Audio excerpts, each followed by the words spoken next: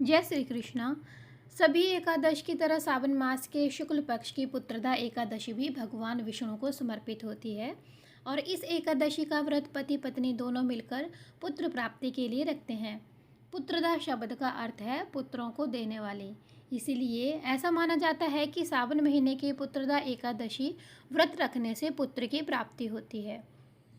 निसंतानों को संतान का सुख मिलता है। साल भर में 2 बार पुत्रदा एकादशी आती है, एक सावन के महीने के शुक्ल पक्ष में और एक पौष महीने के शुक्ल पक्ष में। इस दिन निर्जल निराहार या फिर फलाहार ग्रहण करके उपवास रखा जाता है। जो लोग पुत्र प्राप्ति की इच्छा रखते हैं तो उन दोनों दंपत्ति को मिलकर इस व्रत को धारण करना चाहिए। इस दिन अनाज, दाल, चावल, प्याज और मांसाहारी भोजन खाना नहीं चाहिए। इसके लिए सख्त मना किया जाता है। एकादशी व्रत की शुरुआत दशमी तिथि से हो जाती है और व्रती को दशमी तिथि को दोपहर तक केवल सात्विक भोजन ही करना चाहिए। दशमी तिथि को सूर्यास्त के बाद अन्न ग्रहण नहीं करना चाहिए।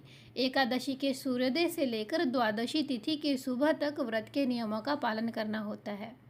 पूजा करने के बाद सम्मानित ब्राह्मणों को भोजन कराने के बाद ही निर्धारित पारण मुहूर्त में व्रत का पारणा भी किया जाता है, यानी उपवास खोला जाता है।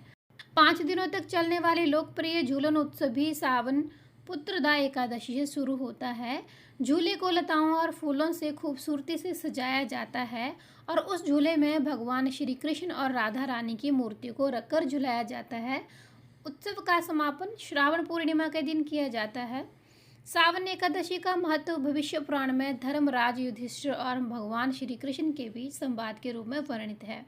यहाँ भगवान श्री कृष्ण ने स्वयं इस पवित्र व्रत को करने के अनुष्ठानों और लाभ के बारे में बताया था। पुत्र प्राप्ति के आशीर्वाद के लिए विष्णु भक्त अपने पापों को धोने और मोक्ष प्राप्ति की इच्छा से इस एकादशी का व्रत रखते हैं। संतान प्राप्ति की कामना के लिए या फिर संतान से जुड़ी समस्याओं के निवारण के लिए आज के दिन विशेष रूप से भगवान श्री कृष्ण के बाल गोपाल रूप की पूजा करके बाल गोपाल मंत्र का जाप करना चाहिए, जो कि इस प्रकार है। देवकी सुतः गोविंद वासुदेवाय जगतपते देहि में तन्मय कृष्णम त्वामहम शरणम गतः मंत्र का जाप यथासंभव कर सकते हैं और उसके बाद अंत में लड्डू गोपाल जी को माखन मिश्री का भोग लगाना ना भूलें। भोग लगाते समय इस बात का विशेष ध्यान रखें कि भोग में तुलसी पत्र जरूर होना चाहिए और नियमों के अनुसार पुत्रदा एकादशी का व्रत रखें। तुलसी पत्र नहीं तोड़े जाते हैं, इसलिए दशमी तिथि को स्नान आदि से निवृत्त होने के बाद तुलसी पत्र जरूर तोड़कर रख लें और तुलसी पत्र तोड़ते समय इन मंत्रों का जाप करें। मंत्र है ओम सुभद्राय नमः, ओम सुप्रभाय नमः, मातस्य तुलसी गोविंद हृदयानंद कारिणी नारायणस्य पूजार्थ चिनोमि त्वाम नमोस्तुते। इस मंत्र का आप जाप करें। सुभद्रा और सुप्रभा तुलसी माता के ही नाम है। इनके अलावा आप ओम श्री तुलसी नमः मंत्र का जाप भी कर सकते हैं। तुलसी पत्र तोड़ने से पहले हमेशा जूते तब चप्पल उतार कर ही सबसे पहले तुलसी माता को प्रणाम करें, उसके बाद ही तुलसी के पत्ते तोड़ें। श्रावण मास शुक्ल पक्ष एकादशी तिथि प्रारंभ होगी 15 अगस्त गुरुवार सुबह 10:28 से लेके और एकादशी की तिथि समाप्त होगी 16 अगस्त सुबह 9:39 पर। इस बार एकादशी की तिथि 2 दिन रहेगी, गुरुवार और शुक्रवार को, लेकिन जो एकादशी गुरुवार के दिन पड़ेगी वह दशमी तिथि मिली हुई एकादशी होगी और शास्त्रों में ऐसा वर्णन मिलता है जब दशमी तिथि मिली हुई एकादशी हो तो उस तिथि को छोड़कर अगले दिन जिसमें द्वादशी तिथि भी हो उस दिन उपवास रखना सबके लिए शुभ होता है, चाहे गृहस्थ जन हो या वैष्णव हो। इसीलिए इस बार 16 अगस्त शुक्रवार के दिन ही पुत्रदा एकादशी का व्रत रखा जाएगा। एक दिन पहले दशमी तिथि के नियमों का पालन किया जाएगा और अगले दिन यानी शनिवार के दिन व्रत का पारणा किया जाएगा। अब जानिए शुक्रवार के दिन रहने वाले शुभ मुहूर्तों के बारे में।